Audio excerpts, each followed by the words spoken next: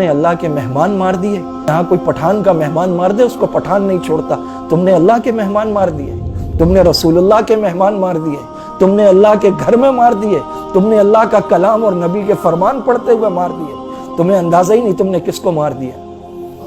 یہ خون رائے گا نہیں جائے گا, کبھی جاتا ہی نہیں, یہ کبھی جاتا ہی نہیں. ضبط لازم ہے مگر دکھ ہے قیامت کا فراز. ظالم اب کے بھی نہ روئے گا تو مر جائے گا. ان قاتلوں کو نہ آج تک کوئی روک سکا ہے نہ پکڑ سکا ہے, اور اگر پکڑے بھی گئے تو وہ عدالت سے مکے لہراتے ہوئے نکلتے ہیں. کوئی نہیں آیا, کسی کو یہ نہیں لگا کہ یہاں کے زخمیوں کے بھی 2 لاکھ ہو سکتے ہیں, یہاں کے شہداء کے بھی 5 لاکھ کی امداد ہو سکتی ہے. یہی پشاور تھا, اے پی ایس کا سانحہ ہوا, سارے ٹی وی چینلز بلیک ہو گئے, پورا ملک سوگ میں ڈوب گیا, مذمتی قراردادیں آئیں, نیشنل ایکشن پلان آیا, پرچم سرنگوں کر دیا گیا. قال اللہ قال رسول پڑھنے والے تو بڑے لاوارث ہو گئے. کسی کا بیان نہیں آیا, کوئی جائے وقوع پہ نہیں آیا, کوئی ہاسپٹل نہیں پہنچا, کسی نے امداد کا اعلان نہیں کیا, کسی نے مفت علاج کا اعلان نہیں کیا, کوئی مذمت نہیں, کوئی سوگ نہیں, کوئی کالی پٹیاں نہیں. کہاں مر گئی وہ ساری آنٹیاں جو موم بتیاں اٹھا کے بھاگ رہی ہوتی ہیں. یہ قرآن پڑھنے والے ہمارے بچے نہیں ہیں. کوئی اور سمجھے نہ سمجھے, ہماری قوم کو سمجھنا ہوگا. دنیا سوال کرتی ہے پاکستان میں کیوں ہوتا ہے. بسم اللہ وحدہ والصلاة والسلام علی من لا نبی بعدہ, اما بعد. اللہ جل جلالہ عم نوالہ نے اپنے پیارے نبی حضرت محمد مصطفیٰ صلی اللہ علیہ وسلم کو مبعوث فرمایا. آپ صلی اللہ علیہ وسلم نے فرمایا انما بعثت معلما, کہ میں استاد بنا کر بھیجا گیا ہوں.